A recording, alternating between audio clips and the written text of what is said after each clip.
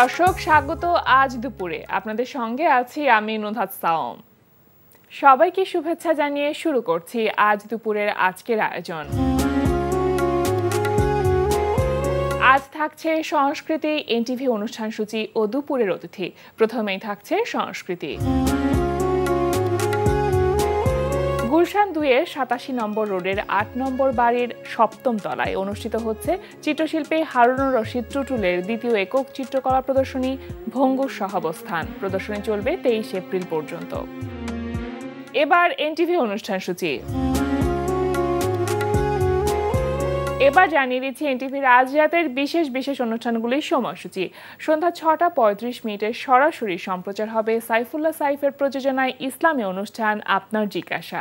তোমার দুনিয়াতে আমি যেদিকে তাকাই, অথই নিয়ামতে ডুবে আছি সবাই। পাখালির গানে শুনি তসবিহ কলরব, তসবিহ কলরব। আল্লাহ আমার রব, এই রবই আমার। রাত 11:30 সম্প্রচার হবে টক শো এই সময়।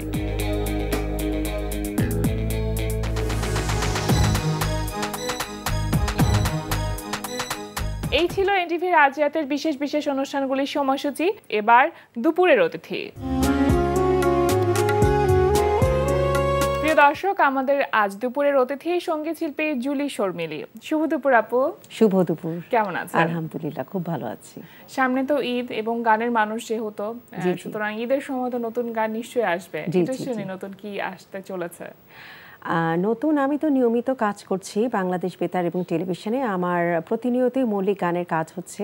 তো বেশ কিছু গান আছে যেগুলো শ্রোতাদের কাছে খুব পছন্দের ছিল, তাদের আর্জি ছিল, সেই গানগুলো এবার নতুন করে গাইছি। আচ্ছা, সেগুলো কি মিউজিক ভিডিও আকারে প্রকাশ পাবে বা কোন প্ল্যাটফর্মে প্রকাশিত হবে? সেগুলো তো অবশ্যই ইউটিউবে প্রকাশিত হবে এবং মিউজিক ভিডিও আকারে এখন যেটা হয় ফেসবুকেও প্রচারিত হয়, সে সকলভাবেই প্রচারিত হবে। আপনার নিজের ইউটিউব চ্যানেল থেকে?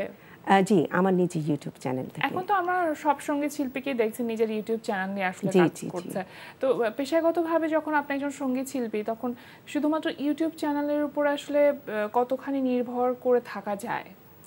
না, শুধু ইউটিউব চ্যানেলের উপর নির্ভর করে তো থাকা যায় না। শিল্প একটি বিশাল মাধ্যম, এটা সব মাধ্যমেই কাজ করতে হয়। হ্যাঁ, বেতার, টেলিভিশন, ছায়াছবি, জিঙ্গল, সব মাধ্যমেই কাজ করতে হয়। শুধু এক মাধ্যমে কাজ করে তো থাকা যায় না, আর সাধনা করতে হয়। আর আমি যেই কাজটা করছি আমার নিজের মতো করে মৌলিক গান, সেটা আমি হয়তো ইউটিউবে দিতে পারি। আচ্ছা, এখন এমনি কি এত ব্যস্ততার মধ্যে রেওয়াজ করার সময়টা পান?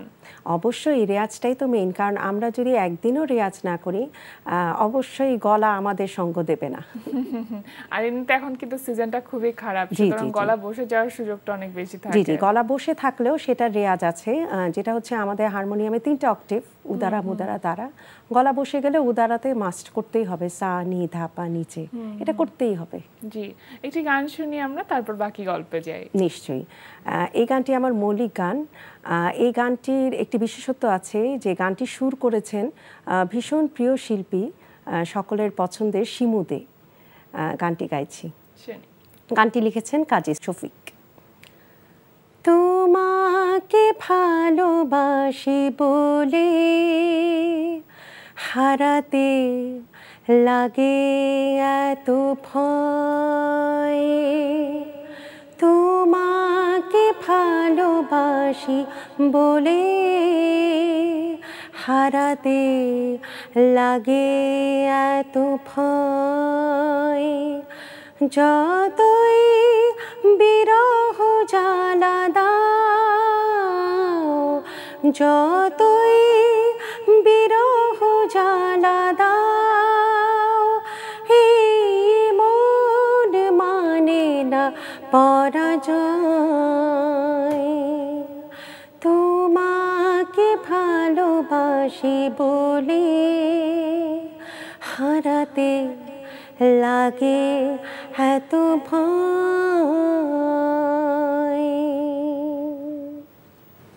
খুব সুন্দর, খুব মিষ্টি একটা গান। জি। আপনার এই যে গান গাওয়া, সেটা কি অনেক ছোটবেলা থেকে শুরু হয়েছিল? আমি গান শিখেছি অনেক ছোটবেলায়, কিন্তু মিডিয়াতে গিয়েছি। আমি বেতারে এনলিস্টেড হয়েছি আমার এইচএসসি পরপর, বাট টিভিতে এবং প্রফেশনালি গান করেছি আমি অনেক পরে, মাস্টার্স কমপ্লিট করে। ছোটবেলায় গানের শুরুটা কিভাবে হয়েছিল? মানে পরিবারে এমন কেউ ছিলেন? না না, পরিবারে কেউ ছিলেন না, পরিবারে কেউ গান গাইতে পারতেন না। ওনারা গান গাইলে মনে হতো কবিতা পড়ছেন। তো তখন শ্রদ্ধেয়া খালামুনি ফেরদৌসী রহমান, ওনার একটি অনুষ্ঠান হতো এসো গান শিখি, সেখানে উনি বাচ্চাদের গান শেখাতেন। তো সেই গানগুলো শুনে শুনে আমি গাইতাম, সুরে গাইতাম। তো সেটা দেখে আমার পরিবারের সকলে খুব কিউরিয়াসিটি জাগে এবং তারা খুব আনন্দ পান। একটা শখ করে টিচার রাখেন আমার। তো সেভাবেই আস্তে আস্তে পথ চলা। বাসায় তখন কি হারমোনিয়াম ছিল? না, হারমোনিয়াম ছিল না। টিচার রাখা হয়, টিচার এই হারমোনিয়ামটা পছন্দ করে দেন। আমার মা তখন সেটা কিনে নিয়ে আসেন আর কি। খেলা চলে। আমার মা তখন সাংবাদিক ছিলেন, তিনি আমাকে প্রচুর খেলনা এমনিতেই কিনে দিতেন। তো হারমোনিয়াম একটা কিনে দিতে হবে, এটা আমার কাছে কোনো বড় বিষয় ছিল না। বড় বিষয় না, খেলারই একটা উপকরণই মনে করেছিলেন। আপনারা ভাই বোন কতজন? আমার একটাই ভাই, ও ডাক্তার। আচ্ছা, মানে ওনার গানের প্রতি কখনো না না না, আমার পরিবারে কেউ কখনো গান করেননি। আচ্ছা, তো আপনি যখন এইভাবে গানটা শুরু করলেন, মানে পরিবারের মানুষরা কি এরকম ভেবেছিল যে এই জিনিসটা আসলে আপনি সিরিয়াসলি করছেন? না না না, ওনারা কখনোই ভাবতে পারেনি। মোটামুটি আমি ছোট সময় পড়াশোনায় ভালো ছিলাম, আর আমাকে কখনোই, আমি যদি অল্প সময় রোজ পড়াশোনা করতাম, কিন্তু আমাকে বলতে হতো না পড়তে বসো বা ওঠো, কিছুই বলা লাগতো না। তো সবার ধারণা ছিল আমি, আমার ডাক্তার ইঞ্জিনিয়ার হওয়ার কোনো আশা আকাঙ্ক্ষা ছিল না, আমি টিচার হব। সবার ধারণা ছিল একটা নর্মাল সাবজেক্টে পড়ে, আর আমি আমার অনার্সে আমি ফার্স্ট ক্লাস পেয়েছি বোটানিতে। সবারই ধারণা ছিল হয়তো আমি টিচিং প্রফেশনে যাব আর কি, গানটা গাইবো এটা কেউ ভাবেনি। যখন স্কুল কলেজ ইউনিভার্সিটি পাশ করলেন, গানটা কি পাশাপাশি চলছিল? জি, আমি তো যখন আমার 7 বছর বয়স, আমাকে অনেকটা জোর করেই ছায়ানটে অন্যতম প্রতিষ্ঠাতা শ্রদ্ধেয় ওয়াহিদুল হক স্যার, উনি আমার মার সহকর্মী ছিলেন, উনি জোর করে আমাকে ছায়ানটে ভর্তি করে দেন। তো তখনই আমি ফার্স্ট হতাম, এবং আমার বয়স যখন 9 তখন আমি বড়দে ফার্স্ট ইয়ারে ছায়ানটে গান শিখি, রবি ঠাকুরের গান আর কি। তো তখন থেকে আমি যেহেতু ফার্স্ট হতাম এবং সবাই বলতো আম্মাকে, তো সেইভাবে গান শেখা আর কি, এটা নিয়ে কোনো ভাবনা চিন্তা নেই, আমি রেগুলারই শিখে গেছি গান। আচ্ছা, কথা প্রসঙ্গে যেহেতু রবি ঠাকুরের গানের প্রসঙ্গ আসলো, একটি শুনি রবীন্দ্রসঙ্গীত। নিশ্চয়ই। তুমি রবে নীরবে হৃদয়ে মম, তুমি রবে নীরবে নিবিড় নিভৃত পূর্ণিমা নিশীথিনী সম, তুমি রবে নীরবে হৃদয়ে মম, তুমি রবে নীরবে। আপনি যেরকম রবীন্দ্রসঙ্গীত শিখেছেন, আবার নজরুল সঙ্গীত শিখেছেন, তার মানে শাস্ত্রীয় সঙ্গীতের উপর আপনার একটা দখল আছে আলাদা। শাস্ত্রীয় সঙ্গীতটা কার কাছ থেকে শেখা? আমরা যখন ছায়ানটে শিখতাম তখন সেখানে অনেক ভালো ভালো শাস্ত্রীয় সঙ্গীতের ওস্তাদরা আসতেন, যেমন রামকানাই দাস, উনি সিলেট থেকে আসতেন শেখাতে, আরও অনেকেই নাম করা শেখাতেন। তো তখন আমি শিখতাম, এবং তখন আমি শাস্ত্রীয় সঙ্গীতে মোটামুটি পূর্ণ নম্বরই পেতাম।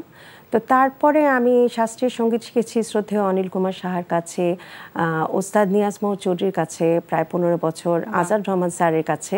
তো এইভাবে আমি শাস্ত্রীয় সঙ্গীতও নিয়মিত শিখে গিয়েছি। মানে আপনি অনেক সৌভাগ্যবান বলা যায় যে এত গুণী শিল্পীদের সাহচর্য আপনি পেয়েছেন। জি, আমি তাদের দেখতে পেরেছি কাছে থেকে, এটা আমার সৌভাগ্য। তাদের গানের ধরন, তাদের গায়কী, জি জি জি, নিজের একটা গায়কী থাকে। প্রত্যেক সঙ্গীত শিল্পীর স্বকীয়তার জায়গা তো সেটাই, যে নিজের একটা আলাদা গায়কী থাকে। তো সেই জায়গাটা আপনি তৈরি করতে পেরেছেন বলে কি মনে করেন যে এখন আপনার গান শুনে আলাদা করে বুঝতে পারবে যে হ্যাঁ সেটা শর্মিলীর গান? অবশ্যই আমার টোনাল কোয়ালিটি সেটা তো আর কারোর সঙ্গে মিলবে না, এবং বিভিন্ন শিল্পীর গান শুনতে শুনতে নিজের মধ্যে এমনিতে একটা স্বকীয়তা চলে আসে। এবার যে মৌলিক গানের প্রসঙ্গে আসতে চাই, প্রথম মৌলিক গান কত সালে কিভাবে করা হলো? আচ্ছা, প্রথম মৌলিক গান আমি গেয়েছি আমাদের দেশে অত্যন্ত জনপ্রিয় মনের মাঝে তুমি, সেই ছায়াছবি যিনি মিউজিক ডাইরেক্টর ছিলেন দেবেন্দ্রনাথ চ্যাটার্জি, ওনার সুরে গিয়েছিলাম, এবং অত্যন্ত জনপ্রিয় আরেকজন গীতিকার মুন্সি ওয়াদুদ, তার কথায় গানটি আমি গেয়েছিলাম। আমার চোখের পাতায়, সেটা হচ্ছে 2001 সালে। আচ্ছা, প্রথম মৌলিক গান মানে তো একজন সঙ্গীত শিল্পীর জন্য অনেক বড় একটা আবেগের জায়গা। তখন তো খুব ছোট ছিলাম, অতটা বুঝতে পারিনি আর কি। একটু কি নার্ভাসনেস কাজ করেনি? সেরকম একটা না, ওই বয়সে আসলে অত বুঝিনি, মানে একটা গান গাচ্ছি, এটা একটা আনন্দ ছিল। সেই গানটা যখন এখন শুনেন তখন কি মনে হয় যে আরেকটু ভালো করা যেত? সেটা আমার মনে হয় না, কারণ আমি যখন যেই গানটা গেয়েছি আমার কাছে মনে হয় আমার যতটুকু মেধা আমি সর্বোচ্চ চেষ্টা করেছি আর কি, মানে আমার আন্তরিকতার কমতি ছিল না। আচ্ছা, এখন পর্যন্ত প্রকাশিত আপনার মৌলিক গানের সংখ্যা কতগুলো? প্রায় 400-র উপর হবে। তাহলে তো অনেকগুলো। জি জি জি। তো এই সব মৌলিক গান কি আপনার নিজে একা করা হয়েছে নাকি ডুয়েট গানও আছে? অনেক ডুয়েট গান আছে, কারণ আমি তো বাংলাদেশ বেতারে 2001 থেকে গাইছি, সেখানে আমার অনেক অনেক অনেক মৌলিক গান আছে যেগুলো সুর করেছেন শ্রদ্ধেয় লাকি আখন্দ ভাই, সুবল দাসের পুত্র সজল দাস, সুজেয় শ্যাম, অনুপ কুমার ভট্টাচার্য, অনেক গুণী গুণী মানুষ। আচ্ছা, এই যে 400 গান, মানে অনেক গান, এই গানগুলো কি আপনার নিজের আর্কাইভ করা আছে? না, সেগুলো যেগুলো বেতারের আছে সেগুলো বেতারের দায়িত্বে আছে, তবে কিছু কিছু গান আমি নিজে এখন গাইবো, আমার কাছে সংগ্রহ করা নেই, অনেক গান আছে আসলে। আচ্ছা, এখন অনেকেই অনেক শিল্পীকে আমরা দেখি যে নিজে যখন গান গাইছেন নিজেরও গান লেখা হয়ে ওঠে, টুকটাক সুর করা হয়, আপনি যেরকম শিমুদের কথা বলছিলেন, এরকম টুকটাক আপনার নিজের কি কখনো নিজের লেখা গান সুর করা এগুলো করা হয়? না না, আমি অতটা সাহস পাই না, কারণ আমার মনে হয় যে আমাদের আগে যারা গান লিখতেন, যেমন শ্রদ্ধেয় আবু হেনা মুস্তাফা কামাল, উনি কিন্তু অত্যন্ত মেধাবী একজন ছাত্র ছিলেন। উনি মেধা তালিকায় মানে সপ্তম হওয়ার পরও কিন্তু উনি ঢাকা ইউনিভার্সিটিতে বাংলা পড়েছেন, বাংলায় ফার্স্ট ক্লাস ফার্স্ট রেজিস্ট্রেশন। ওনার মতো মেধাবী মানুষরা কিন্তু আগে গান লিখতেন, তো অতটা মেধাবী আমি নই। আপনার তো জিঙ্গেলেও কিছু কাজ করা হয়েছে মনে হয়, কতগুলো জিঙ্গেলে কাজ করা হয়েছে একটু যদি বলতেন? জিঙ্গেল বেশি না, 7-8টা। তারপর একটা সময় খুব জনপ্রিয় একটি টিভি শো ছিল চেনা মুখ চেনা সুর, সেটা টাইটেল সং আমি গেয়েছিলাম, সেটা খুব জনপ্রিয় ছিল এবং তাজিন আহমেদ একজন অভিনেত্রী ছিলেন, তিনি সেটা উপস্থাপনা করতেন। আচ্ছা, তো এই এতগুলো প্ল্যাটফর্মের ভিড়ে এখন কি মনে হয় আসলে, যেহেতু প্রতিনিয়ত অনেক নতুন নতুন শিল্পী আসছেন ইন্ডাস্ট্রিতে, তো নিজের টিকে থাকা বা নিজের সার্ভাইভ করা, এই ব্যাপারটি আসলে আপনি কিভাবে চিন্তা করেন যে একজন শিল্পীকে টিকে থাকতে গেলে এখন কি কি চ্যালেঞ্জেস আছে বা তাকে ফেস করতে হয় সেই চ্যালেঞ্জেসগুলো? প্রথমত আমি বলবো শিল্প চর্চা কিন্তু, যিনি শিল্প চর্চাটা মন থেকে করেন তিনি কিন্তু টিকে থাকার ব্যাপার না। আমি যে কাজটা মন থেকে করব সেটার প্রতিদান কিন্তু সৃষ্টিকর্তা আমাকে দিবেনই। আর সাধনা মানে কি? সাধ মানে ইচ্ছা, আর না মানে না। হ্যাঁ, আমি গানের প্রোগ্রাম পাবো বা এটা থেকে আমার অর্থ আসবে সেই চিন্তা করে কিন্তু সাধনা হয় না। সাধনা যিনি একজন শিল্পী প্রতিদিন গলা সাধবেন বা প্রতিদিন গানের মধ্যে নিবিষ্ট থাকবেন কোনো কিছুর আকাঙ্ক্ষা না করে, কারণ তিনি যদি হৃদয় থেকে গান করেন, এবং সাধনা এমন একটা জিনিস এটা কিন্তু কাউকে ফিরিয়ে দেয় না, সত্যিকার সাধনা। সুতরাং চ্যালেঞ্জের তো অবশ্যই একটা ব্যবস্থা আছে, কারণ এখন না এত অস্থির যুগ, এই যুগের মধ্যে এবং দুর্মূল্যের যুগ, একজন শিল্পীকে সার্ভাইভ করার ব্যাপার তো আছে, কিন্তু আসলে শিল্প চর্চা একটা সাধারণ চাকরি বাকরি যিনি করেন দুইটা এক জিনিস নয়। একজন শিল্পীকে একটু উদার হতেই হবে এক্ষেত্রে, যিনি পারবেন। একজন শিল্পী যখন শিল্পচর্চা করছেন তখন সেই শিল্পীকে মূল্যায়ন করা হচ্ছে কিনা যথাযথ, না না, এই প্রশ্নটা কিন্তু থেকেই যায়। জি, সেটা তো পাচ্ছেন না, সেটা তাকে বাদ দিয়েই চলতে হবে, তাকে সাধনার মধ্যেই ডুবে থাকতে হবে। সৃষ্টিকর্তা যদি চান তিনি অবশ্যই একসময় মানুষের ভালোবাসা পাবেন, তবে এটা ঠিক সবাই জনপ্রিয় হতে পারেন না। হ্যাঁ, সবাই কিন্তু সাবিনা ইয়াসমিন আপা হতে পারেনি, একজনই, এটা কিন্তু সৃষ্টিকর্তা একজনকেই দিবেন। একদম চমৎকার বললেন। কিন্তু পেশাগত জায়গা থেকে যখন আপনি শিল্পচর্চা করছেন তখন এটার সাথে জীবিকার তো একটা সংযোগ আছে, তো সেই ব্যাপারটা চাইলেও আমরা অ্যাভয়েড করতে পারি না। সেটা আসলে কিভাবে ভাবেন আপনি? সেটা খুব কঠিন, কারণ আমি হয়তো আমার মার দিয়ে একটি বাড়িতে থাকি, আমার হয়তো আমার হাজব্যান্ড আমাকে সাপোর্ট করেন, আমার পরিবারটা হয়তো তিনি দেখেন, আমাকে হয়তো আর্থিক দিকটা চিন্তা করতে হয় না। কিন্তু যারা একজন মিডল ক্লাস ফ্যামিলি, যিনি ঢাকায় একটা বাড়ি ভাড়া করে থাকেন, তার জন্য সত্যি এখন আমাদের সংস্কৃতি অঙ্গনে যেই একটা অবস্থা খুব কঠিন, এত মানে দুর্মূল্যের মধ্যে নিজের মাথা ঠান্ডা রেখে চর্চা করা, তাকে অবশ্যই সাধনা করে যাওয়া, জি, অর্থ সংকুলনের চেষ্টা তো করতেই হবে এবং সেটা তার সাধনাকে হ্যাম্পার করবে। আচ্ছা, এমনি ভবিষ্যতের চিন্তাটা কিভাবে করছেন আপনি? কোনো লক্ষ্য বা উদ্দেশ্য কিভাবে, সাধারণত আপনি যেটা বলছিলেন যে একটা শিল্প চর্চা করতে চাই, সাধনা করতে চাই, সেটা তো আছে, কিন্তু একটা থাকে না যে একটা টার্গেট গোল, যে আমি এই কাজগুলো করে যেতে চাই। আচ্ছা, সত্যি কথা কি, গোল করে কিন্তু শিল্প চর্চা হয় না। হ্যাঁ, আমি আমার নিজেকে ডেভেলপ করতে চাই প্রতি মুহূর্তে। অবশ্যই আমি চাই আমাকে আরো অনেক মানুষ চিনুক। হ্যাঁ, সেটা তো মানুষের গোল। যদি বলতে চাই আমারও কিছু গান থাকুক যেই গানটা এক নামেই মানুষ জানতে পারবে, তো সেটা কিন্তু মানুষের হাতে থাকে না। হ্যাঁ, কিন্তু আমি কিন্তু নিয়মিত সবখানেই কাজ করে গেছি এবং নিয়মিত কিছু ভালো সুরকার, গীতিকার, তাদের কাজ কিন্তু আমি করে গেছি। হ্যাঁ, এবং এই যে আমি আজকে এসেছি, এটা তো আমার একটা কাজের স্বীকৃতি। কাজের মাধ্যমেই আপনাদের কাছে এসেছি, কিছু মানুষ আমাকে দেখবেন। হ্যাঁ, তো আমার যেটা পরিকল্পনা যে আমি আরও ভালো গান করতে চাই। হ্যাঁ, তবে আমি আরও কিছু গানটা ছড়িয়ে দিতে চাই, ভালো ভালো গানগুলো পৌঁছে দিতে চাই। যেমন আমাদের দেশের অনেক ভালো নজরুল গান আছে যেটা হয়তো অতটা প্রচলিত না, আমাদের রজনীকান্তের গান আছে ভালো, আমার যে আধুনিক গানগুলো আছে সেগুলো আমি ছড়িয়ে দিতে চাই এবং ভালোভাবে আমিও কিছু শিল্পী তৈরি করে যেতে চাই। জি, গজল আঙ্গিকের গানগুলো আপনি করে থাকেন। এখন একেবারে শেষের দিকে আমরা চলে এসেছি, একটি গজল আঙ্গিকের গান কি আমরা শুনবো, দুটো লাইন? নিশ্চয়ই, শুনি। আচ্ছা, এই গানটিকে একেবারে গজল বলবো না, আমার শ্রদ্ধেয় ওস্তাজি নিয়াজ চৌধুরীর গাওয়া, থাটসটা একটু গজলের মতোই।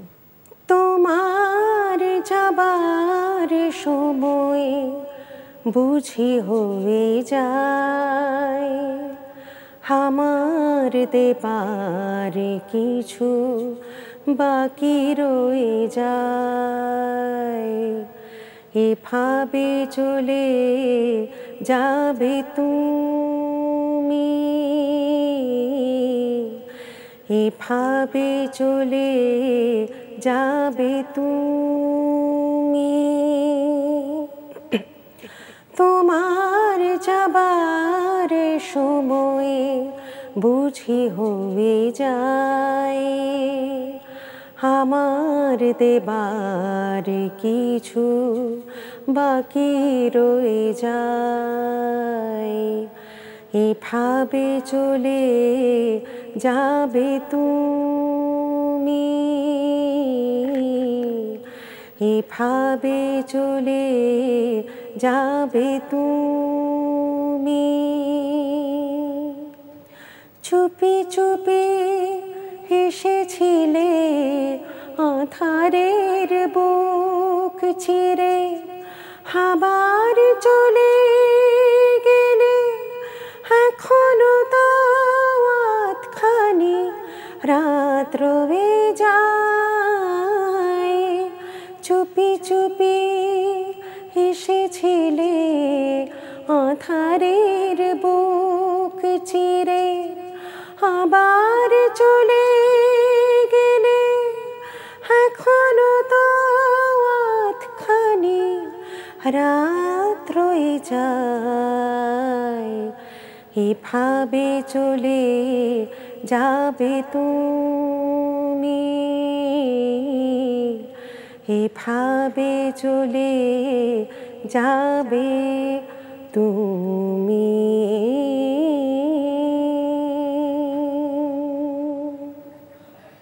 সুন্দর, আপনাকে অসংখ্য ধন্যবাদ আমাদের আয়োজনে আসবার জন্য। আপনাকে অনেক ধন্যবাদ এত সুন্দর করে আমাকে উপস্থাপন করবার জন্য। প্রিয় দর্শক, আমরা চলে এসেছি অনুষ্ঠানের শেষ প্রান্তে। অনুষ্ঠান সম্পর্কে আপনার মতামত জানাতে মেইল করুন আজ দুপুরে @ntvbd.com এ। বিশ্বের যে কোনো প্রান্ত থেকে যে কোনো সময় আজ দুপুরে দেখতে ভিজিট করুন আমাদের পূর্ণাঙ্গ ওয়েব পোর্টাল www.ntvbd.com।